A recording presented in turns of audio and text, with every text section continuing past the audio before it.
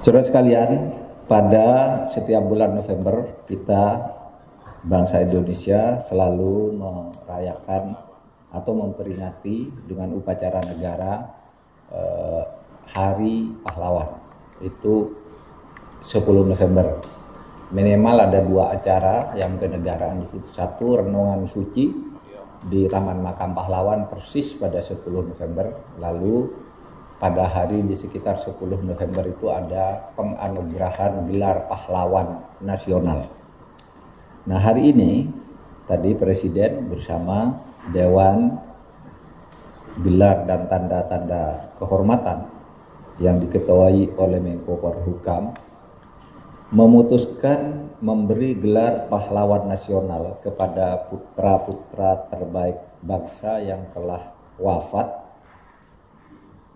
karena jasa-jasanya kepada bangsa dan negara yang nanti akan diserahkan pada tanggal 7 November di Istana Negara melalui upacara resmi yang dipimpin oleh Presiden.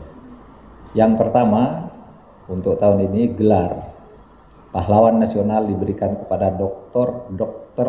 H.R. Soeharto dari Jawa Tengah. Beliau dulu adalah dokter yang merawat dan mendampingi Presiden Soekarno dan para pejuang bangsa di BPUPKI. Kemudian juga ikut Presiden Soekarno, Rajiman, dan Muhammad Hatta untuk menentukan kepastian kemerdekaan Republik Indonesia di Dalat, ya, dan berjuang di lapangan memberikan pengobatan terhadap para pejuang yang jatuh atau menjadi sakit dan cacat di dalam perjuangan melawan Belanda dan Jepang. Lalu yang kedua adalah KGPAA Paku Alam 8 dari Daerah Istimewa Yogyakarta. Beliau adalah salah seorang raja bersama Sultan Hamengkubuwono ke-9 yang dulu menjadi penguasa Jogja dan Pakualaman sebagai daerah otonomi khusus dari Kerajaan Belanda. Sehingga sebenarnya ketika Indonesia merdeka pada tanggal 17 Agustus itu sebenarnya DIY dan Pakualaman dan Yogyakarta itu tidak termasuk di dalamnya karena dia bukan bagian yang dikelola secara administratif oleh Hindia Belanda, melainkan langsung mendapat otonomi dari Kerajaan Belanda. Tetapi Sri Sultan Hamengkubuwono ke-9 dan Paku Alam ke-8 membuat deklarasi menggabungkan diri ke Republik, sehingga Republik Indonesia menjadi utuh. Dan karena itu Presiden Soekarno pada waktu itu mengeluarkan piagam bahwa gabungan Pakualaman dan Keraton Yogyakarta itu dibuat menjadi daerah istimewa, dijadikan daerah istimewa oleh Presiden Soekarno karena mereka langsung menggabungkan diri, bahkan menampung pemerintah Republik Indonesia ketika harus pergi dari Jakarta ke Yogyakarta pada tahun 1946 dan menjadikan Yogyakarta sebagai ibu kota kedua Republik Indonesia. Terutama itu sangat berguna saat-saat tentara nikah yang bernaung di bawah PBB mau ngambil lagi Indonesia. Perjuangan dikendalikan oleh pemerintah di ibu kota kedua yaitu Yogyakarta. Nah, salah satu pemeran utamanya selain Sultan Hamengkubuwono IX adalah Paku Alam ke-8 yang ini oleh Presiden akan dianugerahi gelar pahlawan nasional. Yang ketiga adalah Dr. R.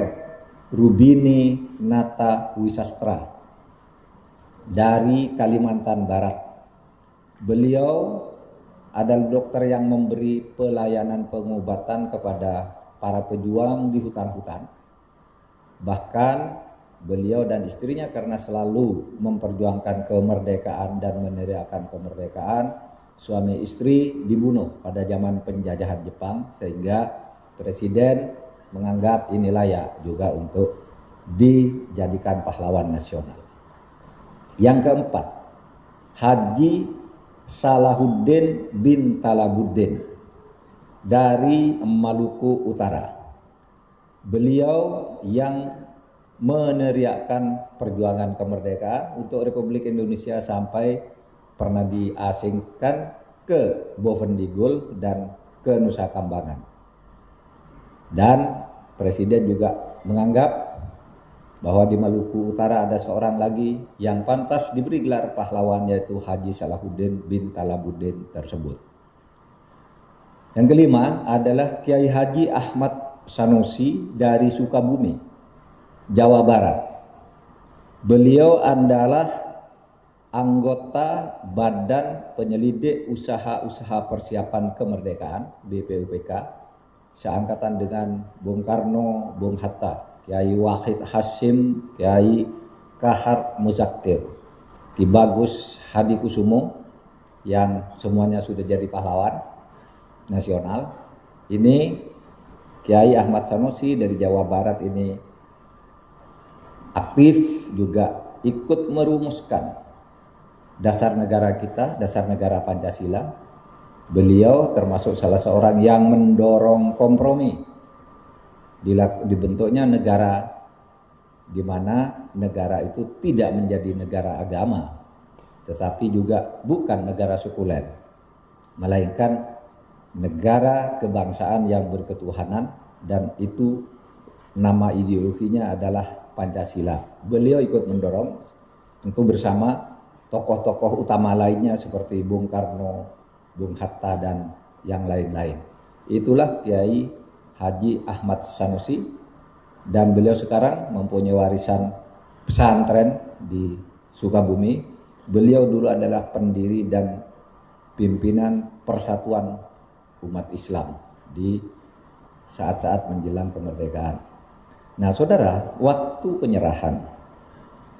penyerahan nanti akan disampaikan oleh Presiden di Istana Negara pada tanggal 7 November. Karena kalau tahun lalu dilaksanakan persis pada Hari Pahlawan, sesudah dari Kalibata upacara biasanya lalu ke Istana Negara mengumpulkan keluarga-keluarga dan Pemda yang bersangkutan. Tapi kali ini Presiden mengambil 7 November seperti dulu juga yang dilakukan pada 2018. Karena apa? Karena Presiden tanggal 10 November itu akan hadir ke KTT ASEAN di Kamboja. Presiden harus hadir karena Presiden akan menerima tongkat keketuaan secara bergilir ASEAN itu, dan tanggal 8 November sudah berangkat, sehingga nanti tanggal 7 November itulah penyerahannya. Diharapkan kepada seluruh masyarakat yang daerah-daerahnya tadi sudah ditetapkan mempunyai pahlawan nasional yang baru, supaya menyambutnya dengan penuh kegembiraan, syukuran kalau perlu, ada acara-acara adat kalau perlu, yang nanti puncaknya tanggal 7 November, baik Pemdanya maupun keluarganya nanti secara terbatas akan diundang ke istana untuk menyaksikan penganugerahan ini. Sekian.